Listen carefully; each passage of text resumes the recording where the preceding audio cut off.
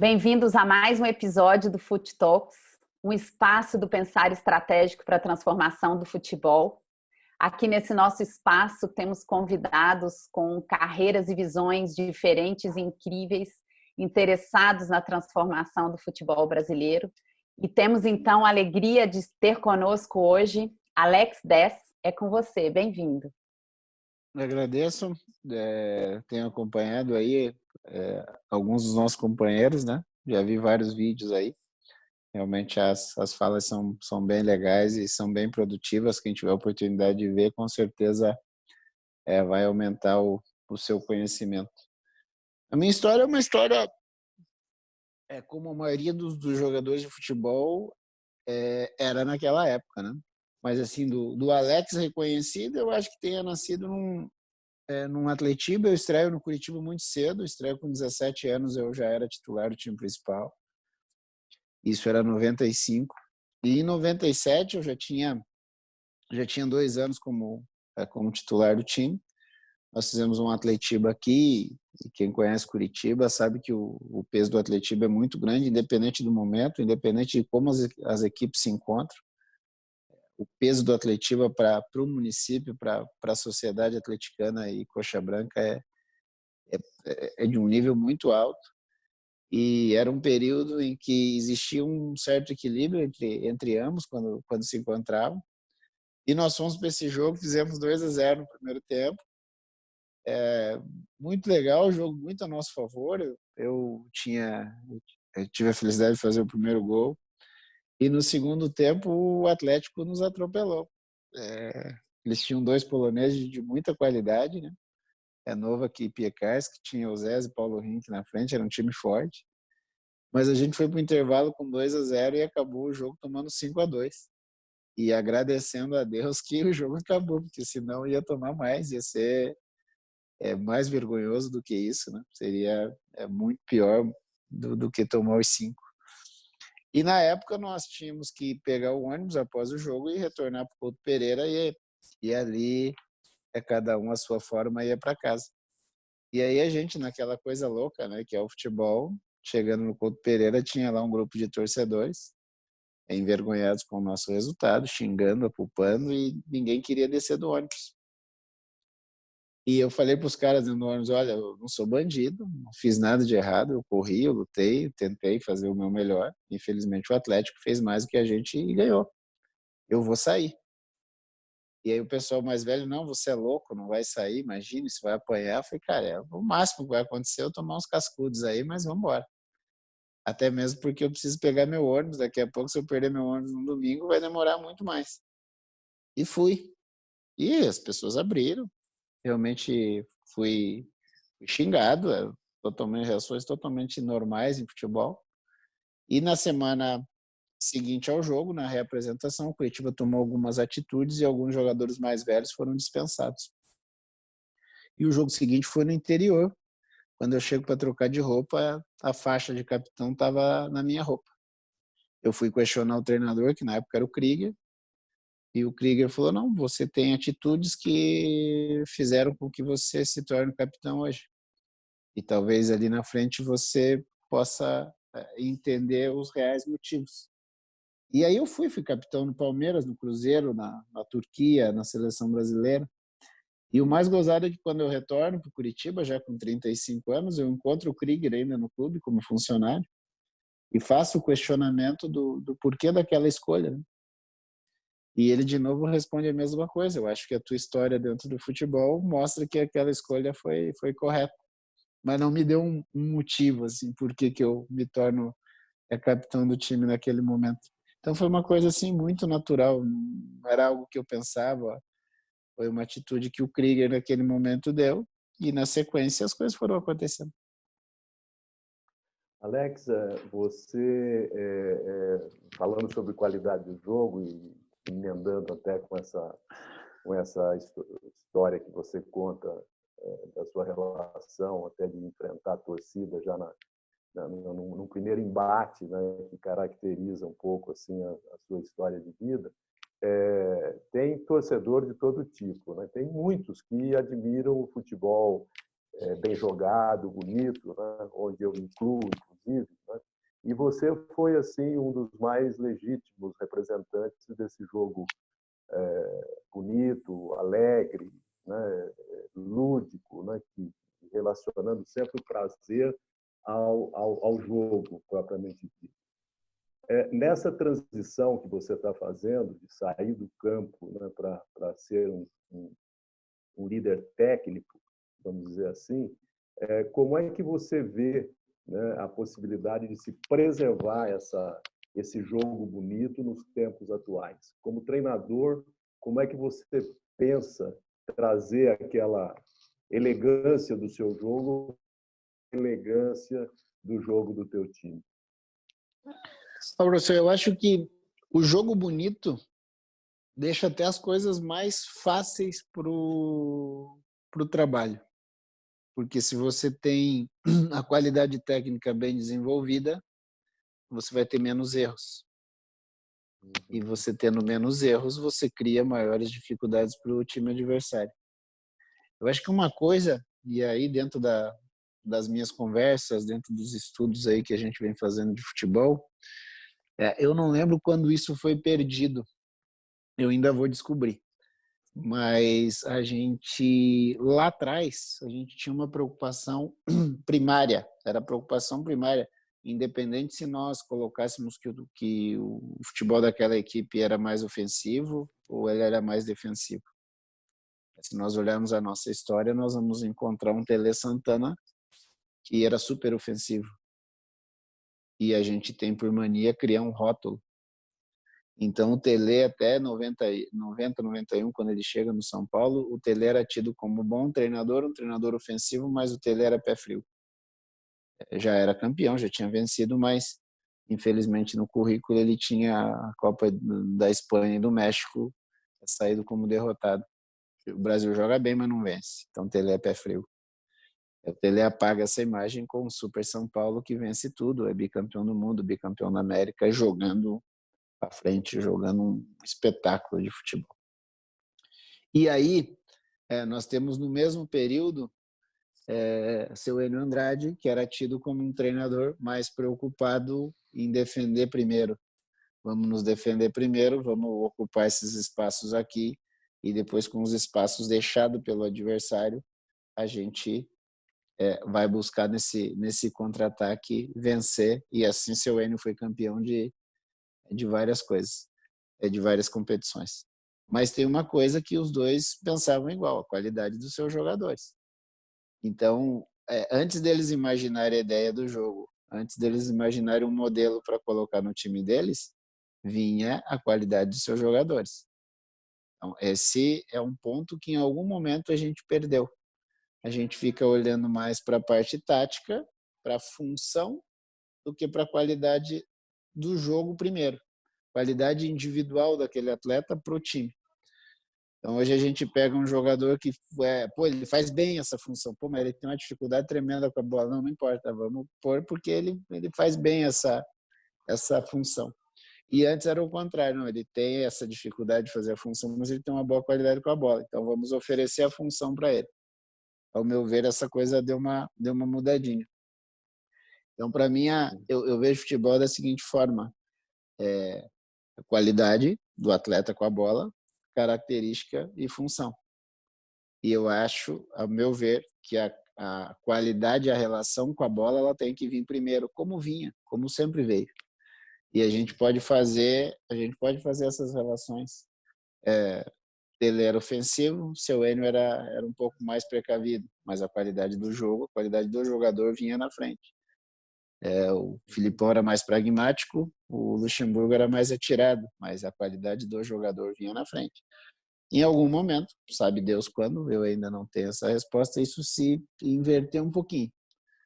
Então, assim, a minha ideia é trazer com que esse jogador que tem essa dificuldade de fazer a função, para isso serve treino, que ele exerça a função, mas que aquela qualidade que ele tem possa passar para o companheiro dele, que vai ter uma qualidade parecida, que vai passar para outro companheiro, que vai ter uma qualidade parecida. E uma coisa que, infelizmente, a gente vê, e aí é muito rótulo, A qualidade do jogo não é o cara pegar e ficar driblando igual um bobo. Isso não serve para nada. A qualidade do jogo é eu ter a bola, o número 2 passar para o número 3, que passa para o número 8, que passa para o número 25, e esse controla e passa bem, o outro controla e passa bem. Que para o time adversário roubar, o time adversário vai ter que ter uma ação boa, conjunta para roubar a bola. E não aquela coisa de eu controlo mal, o adversário rouba. O adversário toca 2, 3, controla mal e eu roubo. O adversário vai roubar quando eu fizer uma tentativa maior de uma bola longa, de uma bola entre linhas, uma ação mais difícil. Eu acho que o jogo bonito ele se perde a partir do momento que as ações simples a gente não consegue fazer. Mas essa evolução do futebol, né, você não acha que colocou uma pressão extra no treinador? Né? Porque, não sei, resumindo, mas eu acho que o treinador, há décadas passadas, ele administrava as individualidades em relação a uma forma de jogar. Né?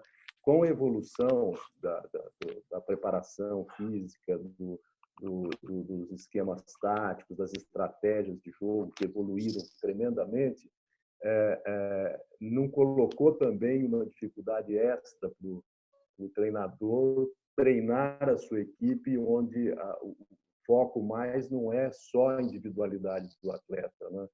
Mas também o jogo. Né? A própria beleza do jogo hoje está muito na maneira como a equipe joga e não na soma das individualidades.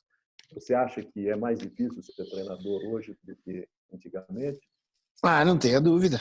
Não tenha dúvida. Até mesmo porque antes o jogador tinha uma autonomia muito maior do que tem hoje.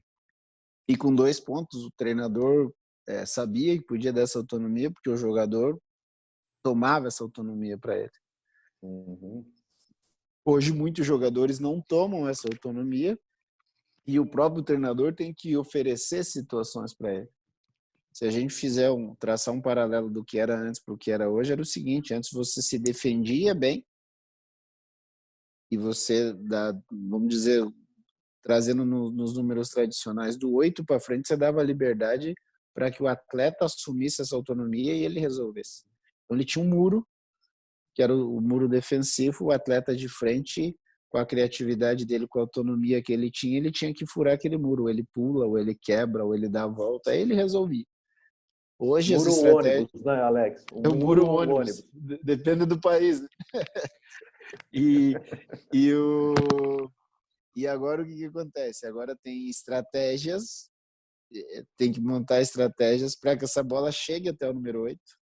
Do número 8 para frente, você tem que criar situações de movimentação para bagunçar essa defesa que normalmente está bem plantada, melhor plantada do que antes. Hoje se defende melhor do que antes. Essa é uma diferença. Essa autonomia do atleta diminuiu.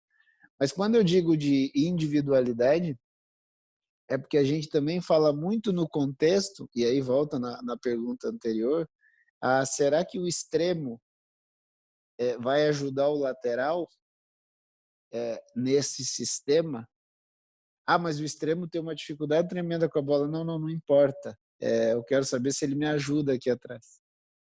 Essa inversão faz com que o jogo seja mais ou menos bonito.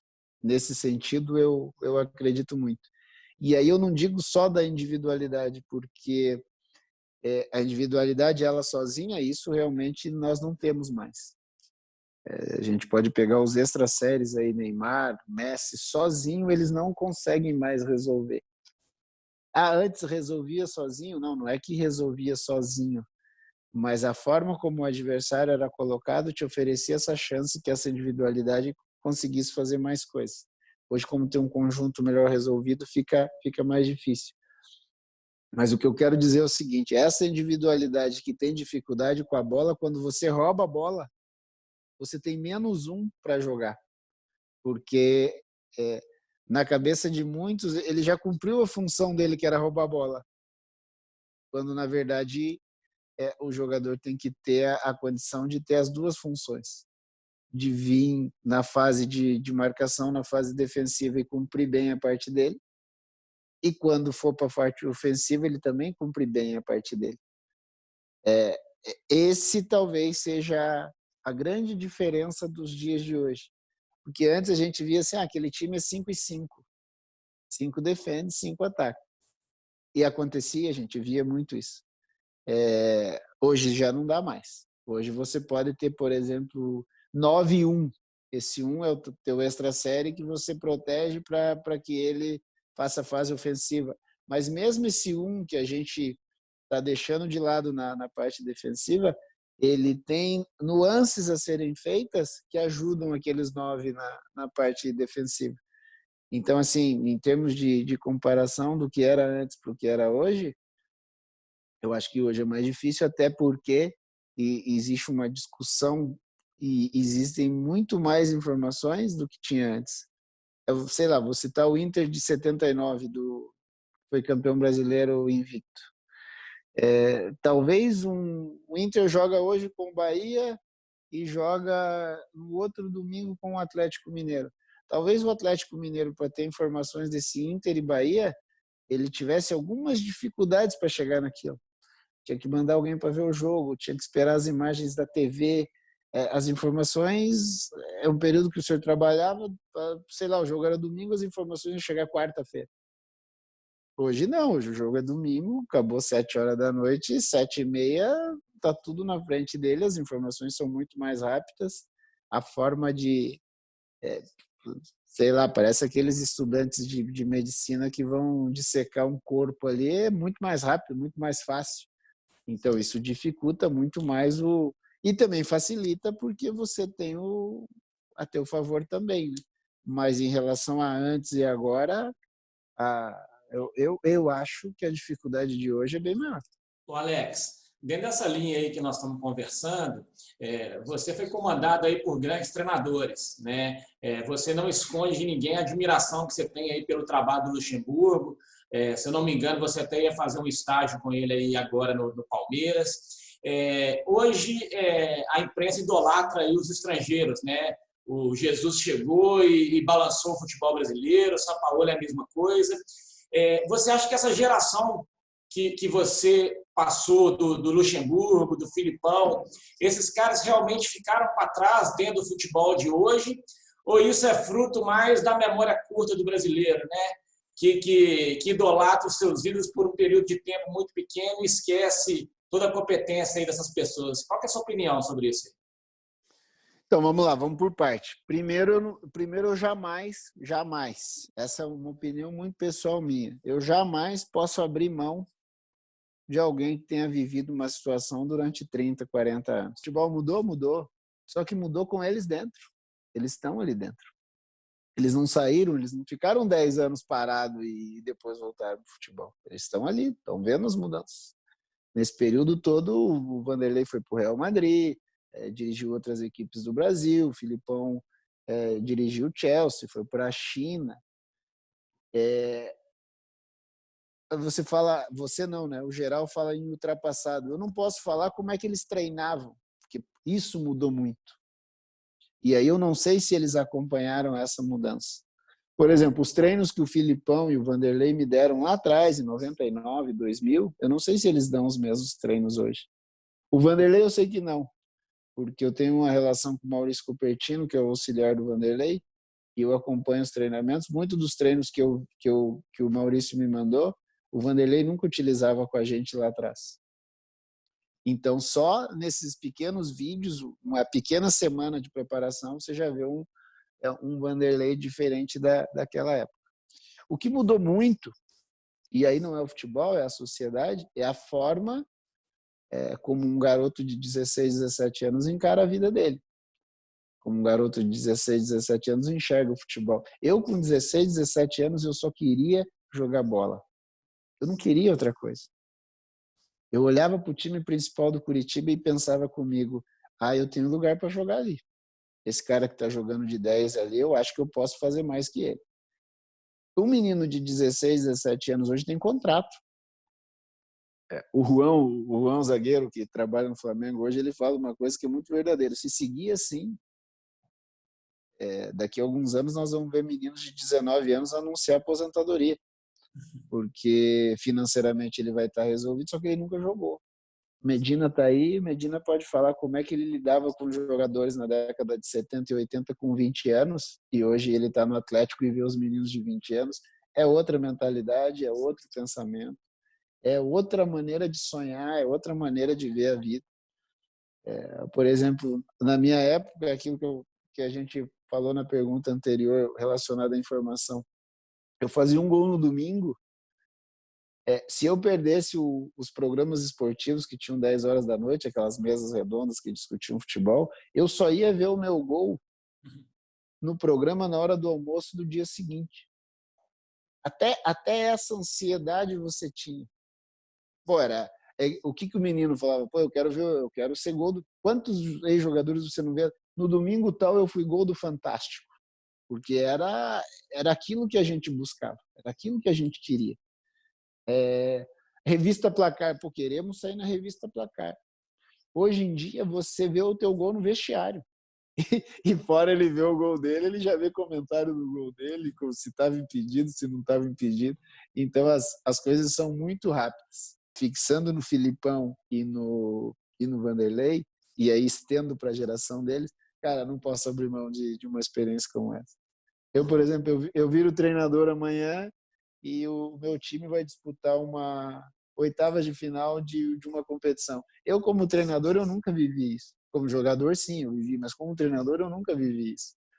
Aí eu olho para o meu lado, o meu adversário é o Filipão, que aquilo ali o cara já viveu aquilo ali 500 vezes. As sensações são totalmente diferentes, eu não posso abrir mão disso. Eu acho, assim, de um desrespeito e muitas vezes babaquice da forma como colocavam. Se eles entenderem, que eu acredito que entenderam, essas mudanças todas sociais, seguem o trabalho e de maneiras diferentes, de formas diferentes, mas com aquela memória guardada de muitas coisas que eles viveram. Eu queria, dentro do episódio Crise e Horizonte do Futebol, pegando esse gancho da história, né? Você protagonizou uma era de bastante destaque do futebol brasileiro. Hoje nós estamos vivendo uma crise global, onde o futebol brasileiro, dentro dessa crise, está vendo destaque dos vários problemas, seja de gestão, seja de time, seja econômico, enfim. E nós estamos ocupados, né, no Fut Talks, de traçar um horizonte, buscando a retomada desse protagonismo. Comenta um pouquinho com a gente como é que é essa linha histórica, mas principalmente a sua mensagem de desejo para esse futuro. A minha mensagem é bem simples, é algo que eu defendo muito. Eu não gosto, eu acho que a globalização nesse sentido nos atrapalha um pouco. Eu não gosto dessa coisa do copia-cola. Eu visito a Alemanha e na Alemanha eu vou no Nuremberg, vejo algo maravilhoso que o Nuremberg funciona e trago para o meu clube. Eu não trouxe a cidade de Nuremberg, eu não trouxe o pensamento de Nuremberg, eu não trouxe a história de Nuremberg. Os cidadãos que aqui vivem não são os cidadãos que vivem em Nuremberg. Então isso dá muita diferença. Por exemplo, a liga inglesa ela é linda, mas as pessoas torcem para o Fulham. E sabem que o Fulham no fim da liga não vão ganhar nada. Mas as pessoas gostam daquilo. As pessoas gostam daquele ambiente. As pessoas gostam de sábado, meio-dia, ir lá e assistir o jogo. Porque sábado, meio-dia é o horário do jogo na Inglaterra.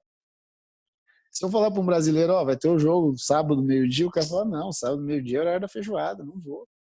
Porque culturalmente é outro pensamento.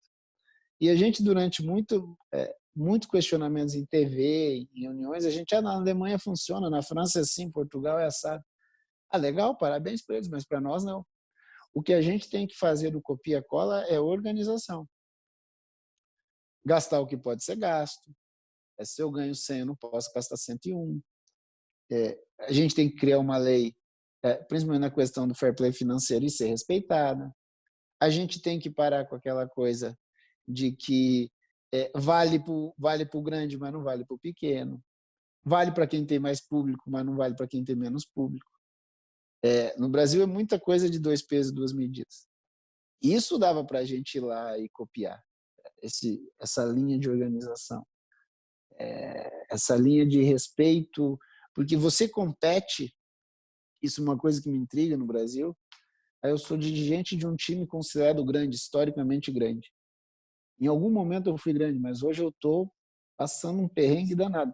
Mas a minha camiseta, o meu escudo é de um escudo de um time grande. Aí tem um outro time que historicamente é menor, mas ao longo do período ele foi se organizando, ele se ajeitou e tal. Se você chega no padrão de hoje, esse com menos história, ele está um pouquinho acima daquele que tem mais história. Esse que tem mais história senta na história e fala, não, mas meu time, meu clube historicamente tem isso, tem isso, tem isso, tem isso. Eu não posso ganhar igual esse cara aqui porque o time dele não tem história nenhuma, mas pô, se organizou e tal, tá legal. Então esse tipo de coisa teria que ser mudado. Então, o meu recado direto, e de maneira bem reta, é o seguinte: nós temos uma cultura futebolística vencedora. A gente já provou isso ao longo de, vamos por aí, 110 anos, que nós somos vencedores. Nós temos uma linha de enxergar o jogo e essa linha tem que ser protegida. Essa coisa de eu vou lá, copio e trago, isso nos atrapalhou muito, porque fez uma mistura e nessa mistura a gente não conseguiu extrair o que é melhor deles e ainda conseguiu subtrair o que era de melhor nosso. E ficamos no meio do caminho. E ficando no meio do caminho, a gente se torna mediano. Alex, eu destacaria assim 2 pontos, né, da sua fala, né, as duas relativas a respeito. Né? Primeiro, a respeito, né, que você faz questão de destacar da história e experiência dos profissionais e das pessoas, né? Citando o exemplo do Vanderlei Luxemburgo, do Filipão, mas se estendendo a todos aqueles que acumularam experiência e que muitas vezes a gente despreza, né, e até maltrata, né, desconsiderando essa riqueza que essas pessoas trazem. Né? E o outro é em relação ao respeito à cultura, né, que você também destacou, e combatendo aquele copia e cola que normalmente às vezes a gente faz, né, que é preciso preservar, né? Ao mesmo tempo que você preserva essa essência, você tenta mudar também essa cultura, mas a partir da sua própria cultura, não importando situações que funcionam em outros locais, mas provavelmente não vai funcionar entre nós. Né? Então, achei muito legal, né, esse destacar esses 2 pontos aí nessa reflexão maravilhosa que você provocou aí na gente e em todos que têm oportunidade de ouvir o seu depoimento. Mais uma vez agradecendo aí em nome de todos, né, essa tua participação, né, e esse engajamento até nas questões que dizem respeito à evolução do futebol. Obrigado, né?